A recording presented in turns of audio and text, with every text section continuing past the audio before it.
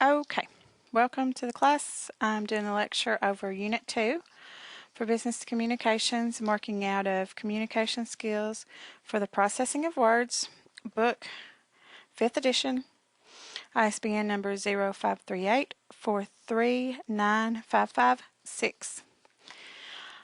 And today we're still talking about commas for Unit 2.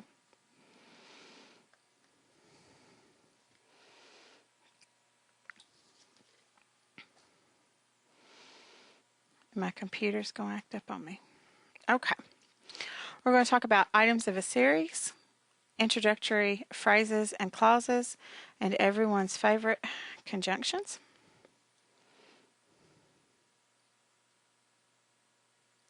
First off, talking about items of a series. Unlike what we were working in the other day with Unit 1, where we were separating or pulling the items or the clauses out of the sentence completely, when you work with items of a series, all we're going to have to do is separate the items from one another. So today, most of the comma placement we're talking about separating rather than setting off. So that's a little bit of a difference. When we use setting off, you put it before and after the phrase or the clause that you're talking about. When you're separating, you're just separating two separate clauses or two separate items. So we'll take a look at items of a series. Very easy. When we use items of a series, we want to use a comma to separate each of the items. So we'll separate 1 from 2, 2 from 3, 3 from 4, and so on. On the last item, if it has and or before it, then we'll put our comma before the and or. Unlike in literary writing, they don't put the comma if there's an and or. We do. The only time we wouldn't is if each item is separated with an and, or each item is separated with an or. In that case, we would not need any commas at all. Sound confusing? Well, it's not. Once you get a look at it, you'll see it's fairly easy. I purchased a rug, a sofa, and a lamp. We're going to separate 1 from 2 and 2 from 3. You can contact me by letter, by phone, or by email. Here we're going to separate 1 from 2 and 2 from 3. Let's take a look at some more example sentences. Please complete the application, prepare your resume, and compile a list of references. Complete the application, prepare your resume, compile a list of references.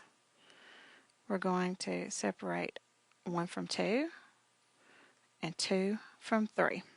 Notice that we're putting the comma before the and.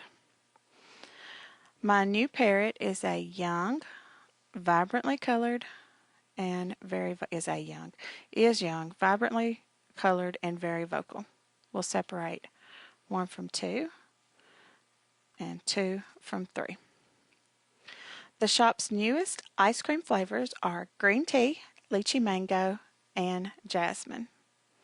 Green tea, lychee mango, and jasmine are our 3 items. We'll separate 1 from 2 and 2 from 3.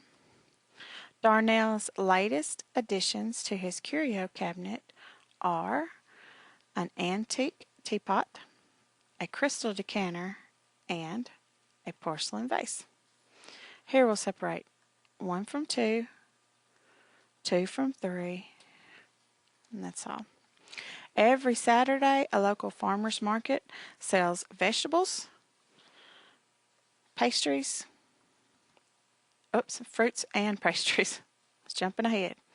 We're going to separate 1 from 2 and 2 from 3. The only time we wouldn't separate it is if it had vegetables and fruits and pastries. If we have an and in between each item, then there's no need for a comma to separate the items. Whoops, you wouldn't have put one there anyway. Okay, let's move on. Next, we'll talk about introductory phrases and clauses. There's a list on page 14 and a list on page 15 of what introductory phrases and clauses usually will begin with. And taking a look at those words, reading over those, that'll help you to start recognizing introductory phrases or clauses when you come across them. Another thing that I'll tell you about introductory phrases or clauses is the reason we're putting the comma is quite simply because they've changed the order of a sentence.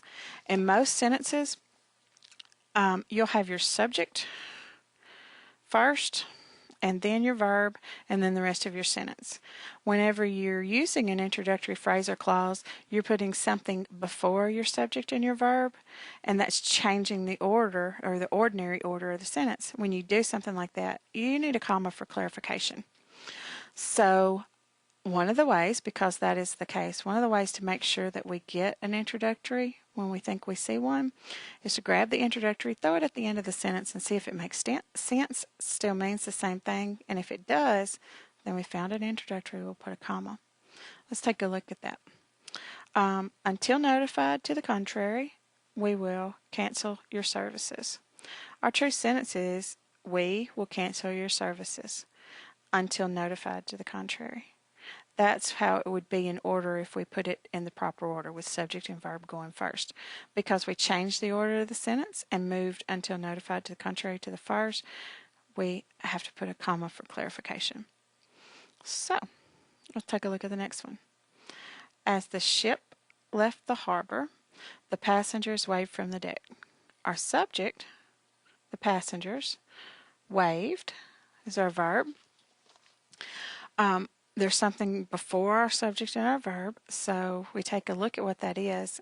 If we can take that, move it to the end, and it still makes sense, still mean the same thing, we have an introductory on our hands. So, the passengers waved from the deck as the ship left the harbor. Have an introductory. Another thing to remember is when you do see those at the end of the sentence, then they're no longer introductories. They're in the proper order, so they won't need a comma. So if it were to be the ship waved from the deck as the passengers waved from the deck as the ship left the harbor, there would be no need to place a comma because it would be in the right order. So in order to be an introductory, has to be introducing. Let's take a look at some of those examples. Without a reservation, you cannot be assured of a room at this hotel. Let's think about where our subject and our verb is. Our subject and our verb. There's something that comes before our subject and a verb, so let's see if we can grab it and put it at the end. You cannot be assured of a room at this hotel without a reservation. You can. It also starts with one of those words that we are already looking for as an introductory. As I crossed the finish line, the crowd applauded wildly. The crowd applauded wildly as I crossed the finish line. Before signing the contract, read it very carefully. What's our subject? Understood you. You should read it very carefully before signing the contract. While Devore was eating dinner, she read the newspaper. She read the newspaper while Devore was eating dinner. When you finish the test, leave the room quietly. Leave the room quietly when you finish the test.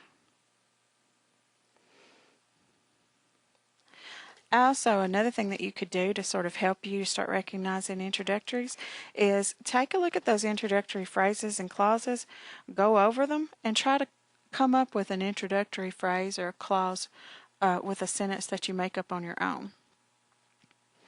For instance, let's take after. I would say, after I received my text message, I left for home. Or, as she was walking into the room, he smiled at her. If you'll just go through and make up your own sentences, that may help you to recognize it as well. Okay. The next that we're going to talk about, and the last one for Unit 2, is coordinating conjunctions. Coordinating conjunctions we have to have two complete thoughts that are separated with a conjunction, and, or, but, or, nor. By two complete thoughts, I mean two complete sentences. These sentences could stand completely on their own. If they were in a paragraph by themselves, or if they were just on a piece of paper by themselves, you would read them and you would say, yes, that's a complete sentence. In order to be a complete sentence, you definitely have to have a subject and a verb. Now, two complete sentences separated with and, or, but, or, nor. So we have to have a complete sentence over here and a complete sentence over here. And, or, but, or, nor in the middle. Let's take a look at this one. The architect submitted a proposal. Who submitted a proposal? The architect. So we have our subject and our verb. But she was not selected for the project. Who was not selected? She was not selected. So we have our subject and our verb for our second half. Subject and verb, or complete thought on this side, subject and verb, complete thought on this side, separated with and, or, but, or, nor. In this case it's but, so we'll put a comma. I know from working with it, the main thing that you're looking for, you'll probably have your subject and verb here and a verb here. The main thing that you're going to look for each time is a subject in the second half. If that subject is not in that second half, then you will not put a comma before your and, or, but, or, nor. It's not considered a coordinating conjunction. Write your name at the top and wait for further instructions. Who should write their name at the top? Well, that's an understood you, so we do have a complete thought there. Who should wait for further instructions? Understood you, so we have a complete thought on both sides of the and, or, but, or, nor. In this case it's an and. So we'll put a comma before the and. Let's take a look at some examples. The soprano has laryngitis and she cannot go on. Who has laryngitis? The soprano has laryngitis. Who cannot go on? She cannot go on. Two complete thoughts. And, or, but, or, nor. In this case it's and. So we'll put a comma before the and. I work for the educational department, but am requesting a transfer. Who works for the educational department? I do. Who is requesting? In order to get this one, I have to go all the way back to this subject. So I do not put a comma there because I'm missing my subject on the second half. Do you see that? I work for the educational department, but am requesting a transfer. Have to go all the way back to this part for my I. If I had have been right here, I could have put my comma before it because I would have had two complete thoughts. As it stands, am requesting a transfer is not a complete thought, so we do not put a comma. He made a decision and then changed his mind. Who made a decision? He did. Who then changed his mind? I have to go all the way back to the first to find my subject, so I do not put a comma there. Follow the instructions. Who should follow the instructions? Understood you. Or you will make a mistake. Who will make a mistake? You will. Two complete thoughts, and, or, but, or, nor. In this case it's or, so we'll put a comma before the or. The members approved the amendment and their vote was unanimous. Who approved? The members did. Whose or what was unanimous? The vote was. So we have two complete thoughts, and, or, but, or, nor, separating them. In this case it's and. Now make sure that the sentences can stand completely on their own. Again, the main thing that you're looking for is the subject in the second half. If it is not there and you have to go back to the first half to find your subject, then you do not put a comma. Okay. As always, if you have any questions as you work through the exercises, please be sure to sign up on the help sheet and let me and Michelle know. We'll be glad to go over it with you.